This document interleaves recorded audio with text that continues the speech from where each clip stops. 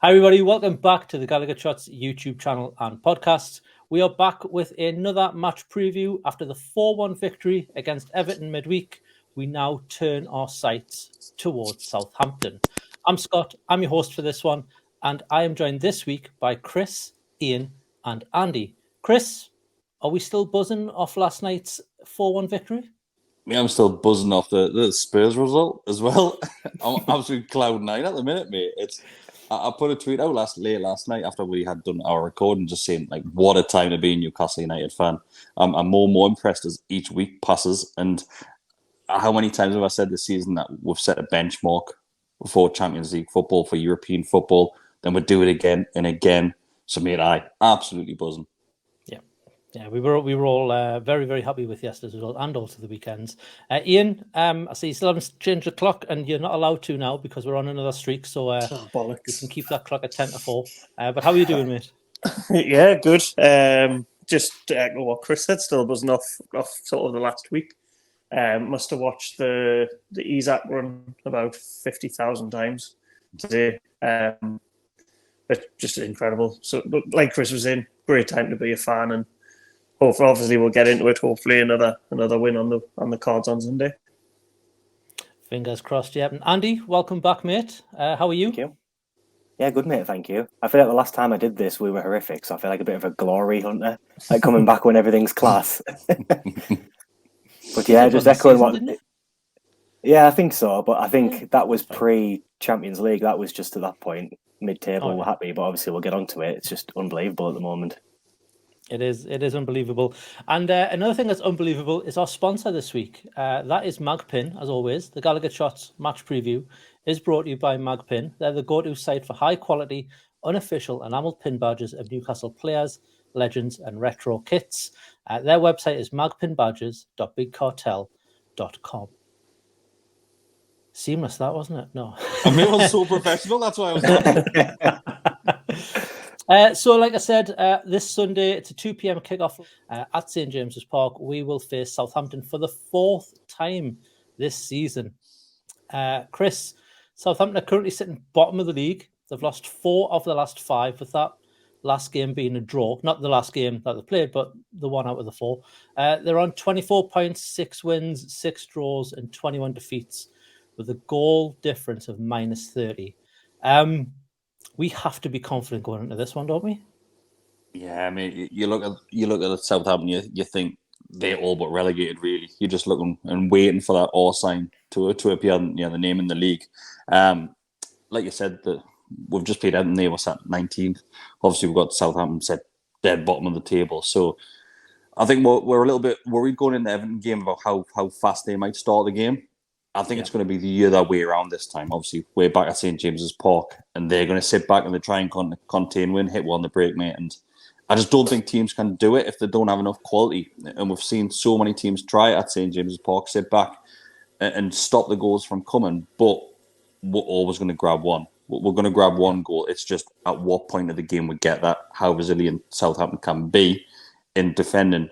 But we're going to come out of the blocks just like Everton did at Goodison Park. And honestly, mate, I think we'll grab a goal in the first 10, 15 minutes, and that'll just their game plan right out the window. Yeah, Iain, it's going to be a strange one because we expect teams in this position usually to sit off a little bit and maybe play for a draw. Not saying that Southampton would definitely do that, but teams in that part of the league. But when it gets to this side of the season and you've only got 5 or 6 games left, you cannot play for a draw, can you? Southampton are going to have to come out with, and I feel like our press and our counter-attack might undo them pretty quickly, like what Kris has just said. Do you agree with that? Yeah, I think now it's probably time for them, but there's 6 games left it's almost like, what have you got to lose? You can't drop any lower than what they are. So I'm still confident. Obviously, given their form, given where they are, and how well we're doing at the minute, similar to the Everton game, I do think they'll make it a little bit awkward for us. But like I say, we've got the quality, we've got the confidence, so I would expect another 3 points. Yeah, Andy, going through kind of their style of play, a lot of long shots, a lot of long balls, a lot of crosses in the box, do like to attack down the right and play quite wide. Nothing really that we haven't come across before, and obviously we have played them 3 times already this season. Is there anything that you think could possibly catch us out when going up against the Southampton side at the weekend?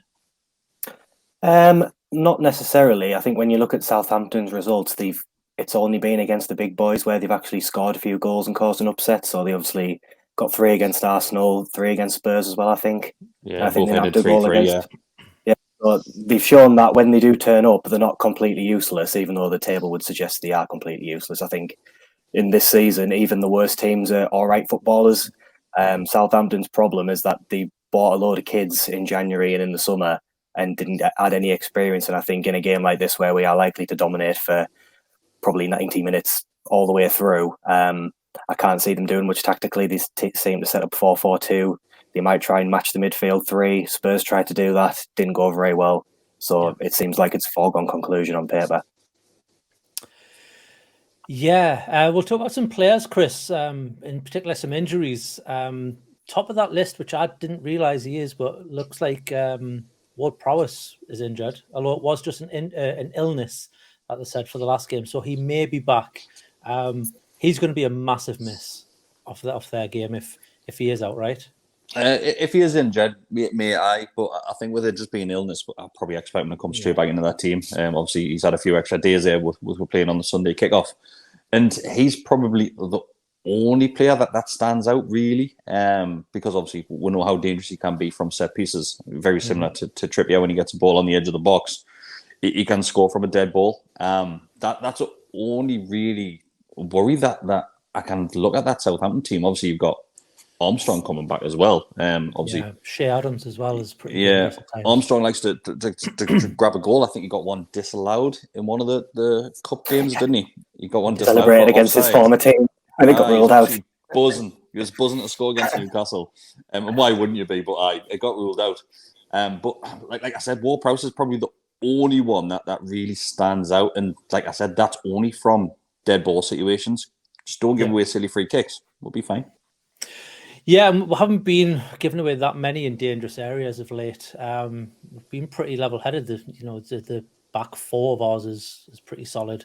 There's one on the edge of the box against Everton, which I think was Longstaff stood in. It was a great challenge. I think it was Longstaff. Yeah, it was incorrectly given, wasn't it? Yeah. Yeah, and it was right on the edge of the box. Yeah.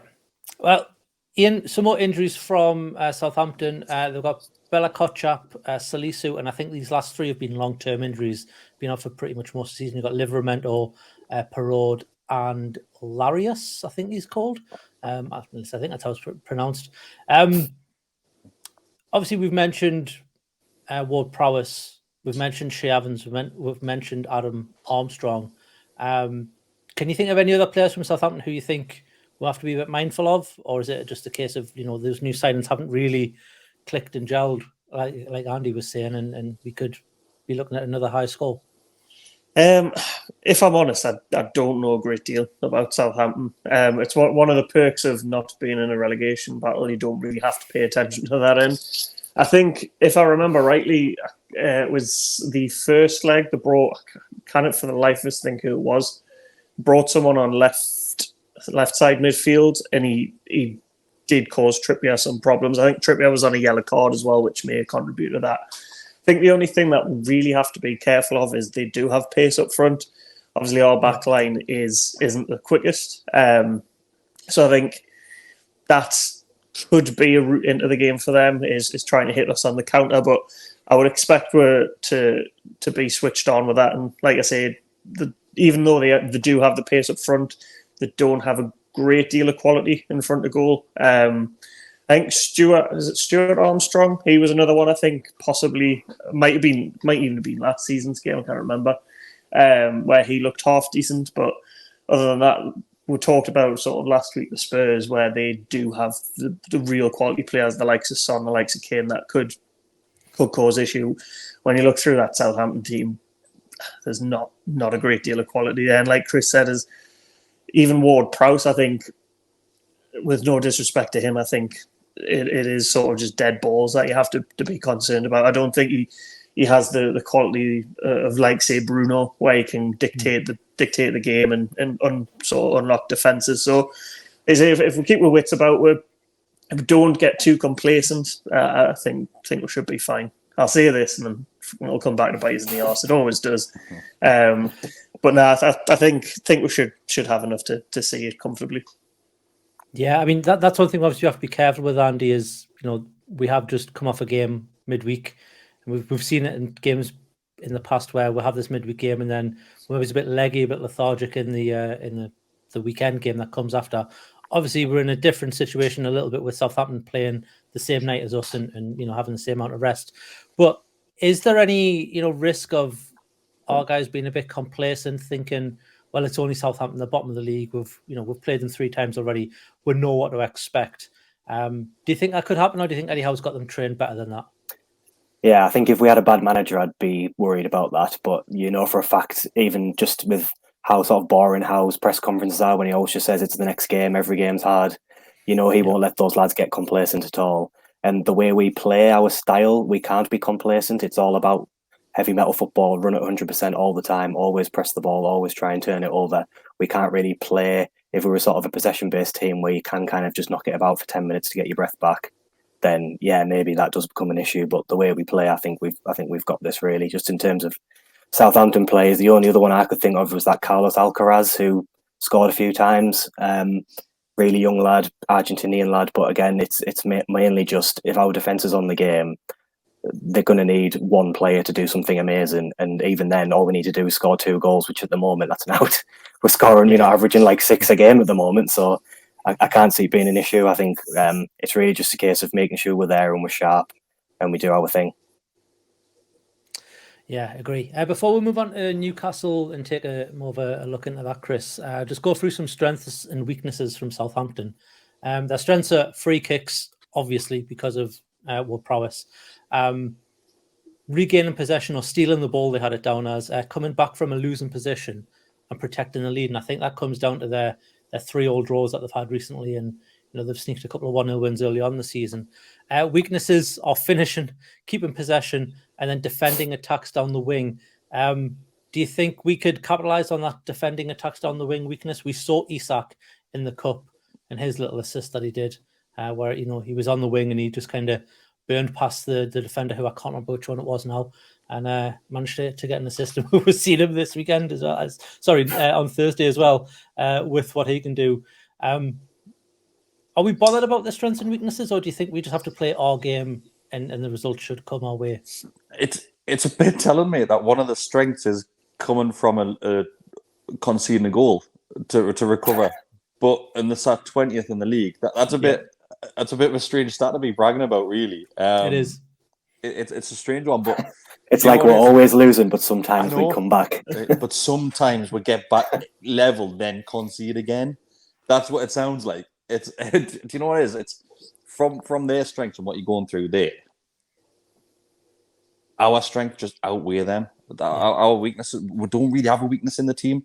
And the only thing that worries us is this is a game we have, probably the first game in a while that I've been confident going into.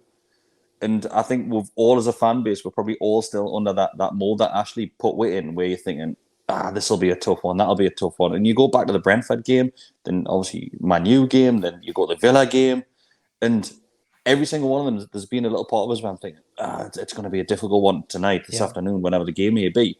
Then I'm going into this one on Sunday thinking, we'll batter them, absolutely batter them. And it's always when I get complacent that the team don't turn up. So that's my worry. And obviously, the last 2 games have been intense for us. Obviously, bagging 10 goals in 2 games. I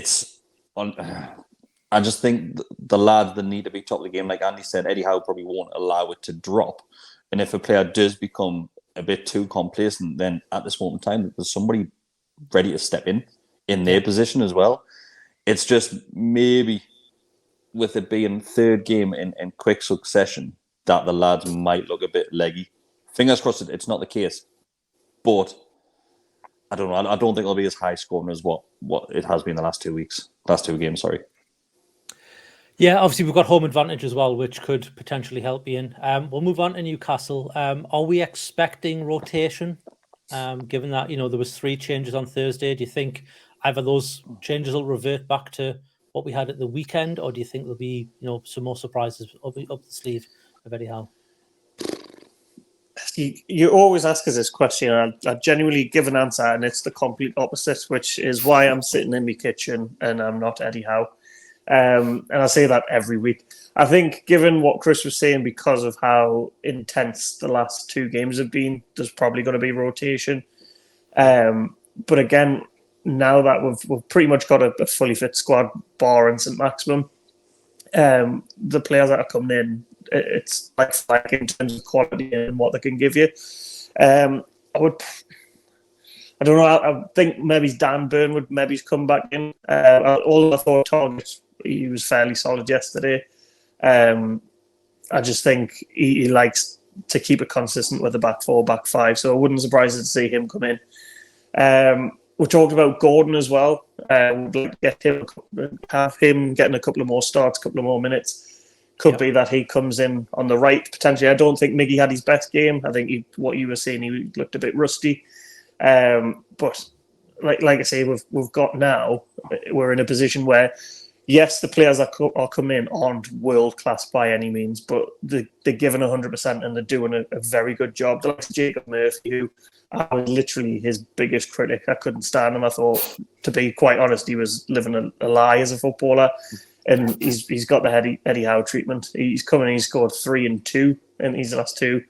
And he gives you more as well than what just that. He gives you more than running. He's putting in dangerous balls. So I think what you were saying in terms of exploiting sort of their weakness was the wings. I think it's made for that is just to use with pace, get down the wings, and hopefully have Callum Wilson or Isaac up front.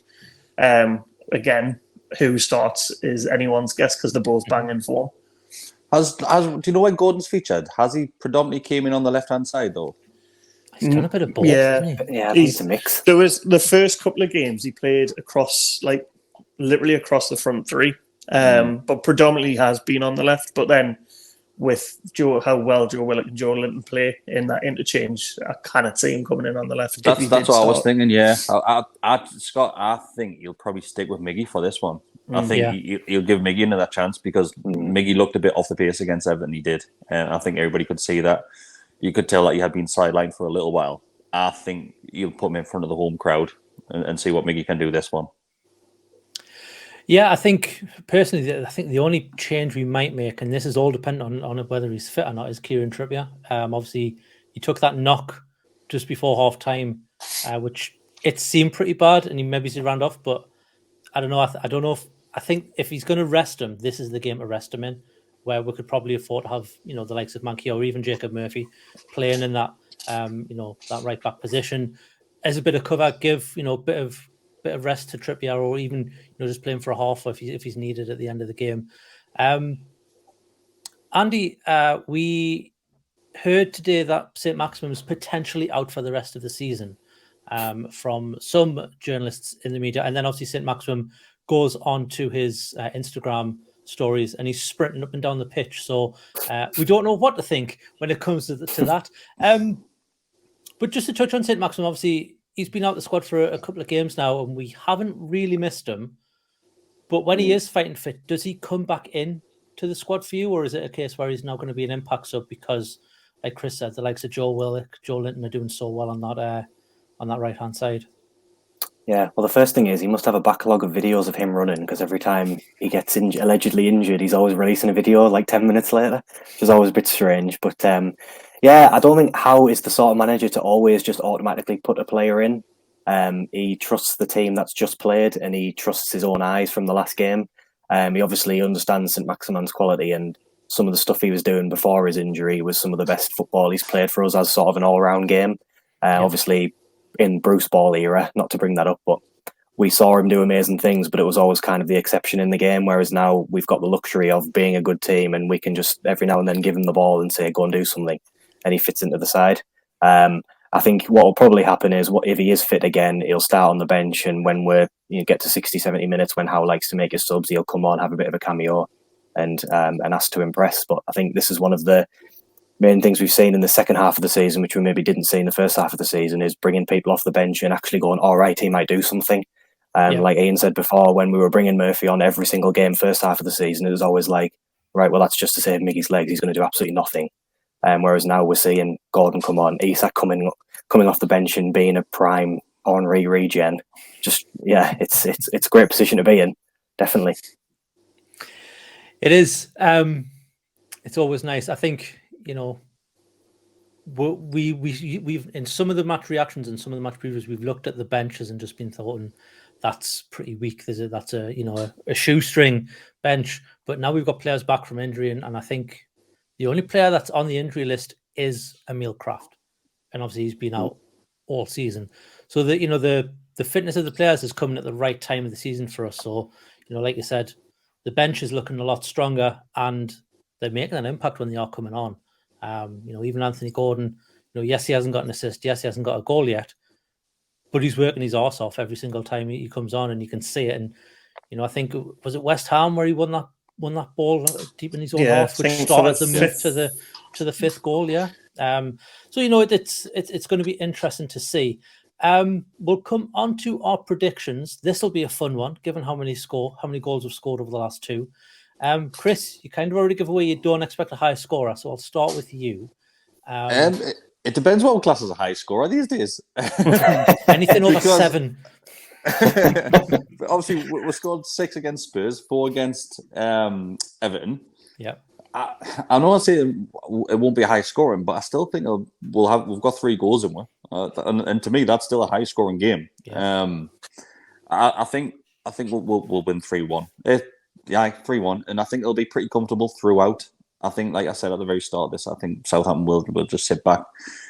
I think Isak will start this one as well. I think this is a sort of game where Isak will, because like you said, Scott, Southampton have to come out. They have to start winning games. So that's going to hopefully leave pockets of space. Isak's a perfect man to be in those spaces. So I think 3-1 to Newcastle. I'll take that. Iain, your prediction, mate? I was going to go conservative 2-0. I went 2-0 against Everton. Obviously, blew them away in the second half. I just feel that they don't sit back. I don't think they'll come out as sort of gung-ho as what Everton did. I think they will try and make us work to break them down and try and hit us on the counter. That being said, listening to what Kris has just said, I generally think we've got more of goals than what I was going to give them credit for. So I'm going to go for 3-0. I think we haven't kept a clean sheet in a while, and I feel we're due one. So I'm going to go 3-0. It would be nice too, wouldn't it? Instead of giving away these almost sloppy goals when we're sort of taking the foot off the gas. So yeah, it would be nice to have a clean sheet. Andy, your predictions, mate? Well, these two being really boring with only 3 goals. You've not been watching us. Say 10, Andy. Double figures. What was the record against Southampton? Was it Southampton-Leicester? Was that 9-1? Let's go one better. 9. 10-1, and Sven Botman will finally get his first goal, because I keep saying he's going to score off one of these corners, and it never happens. So 10-1. You actually stick with 10-1? Well, why not? You can have us back. All right, okay. I might be closer than 3-0 if it's 7-1. You might be closer than 3-0. We'll see what happens. Do you know what it is, though? You wouldn't be shocked if it was. No. I know, it's mad, isn't it? Yeah. The last 2 games, and I think with Spurs, we were absolutely clinical. Everything that we touched hit the back of the net. And probably the same against Everton, to be fair, because every time we took a shot on goal, I think the first shot we had, it hit the back of the net with Callum Wilson's. And complete opposite to the start of the season, isn't it? Complete. Even the I was talking to Roger earlier this afternoon. I spoke to him, and I said to Roger just after the World Cup break, we were struggling to score goals, and now we can't stop scoring them. So I wouldn't be shocked if it's close to 10. It was that header Isak scored. Was it Wolves or Fulham when he just glanced that header in, and all of a sudden it was just like, right, we've scored a good goal, and that's it. So I am taking the mick, obviously, with 10, but it honestly just depends. Like we could have another one of these 20-minute madness spells.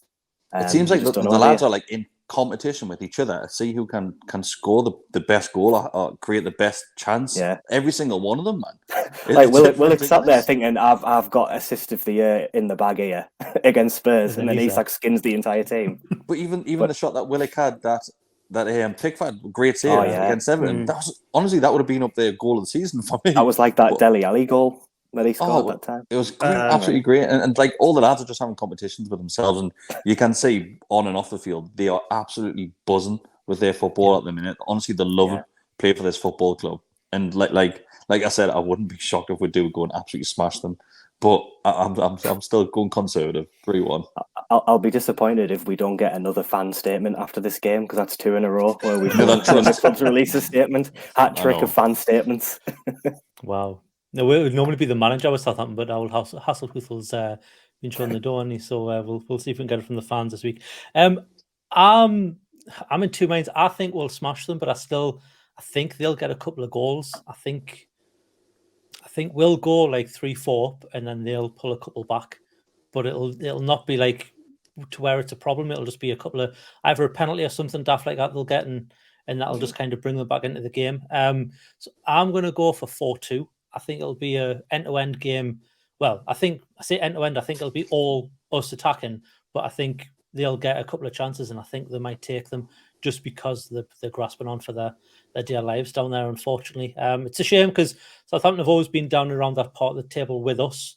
And you kind of think with a team like that, it's like one of these days you're going to go down. Like it's quite inevitable. It happened to us when we went down. You toy with relegation for so long, and then eventually you go down. And I do think it's Southampton's to feel that. And it's it'll be a shame because I have no bad feelings towards Southampton. I've never had any bad feelings there at all. But it'll be a shame. But yeah, I think 4-2. It's no bad feelings for me, like Scott. Like get rid of all these southern clubs, get more northern clubs involved. Man. Makes away days a lot easier, doesn't it? Burnley and Sheffield United are up already. Exactly. We'll have Burren, we're sorted. Every away game for me is a long one, Chris.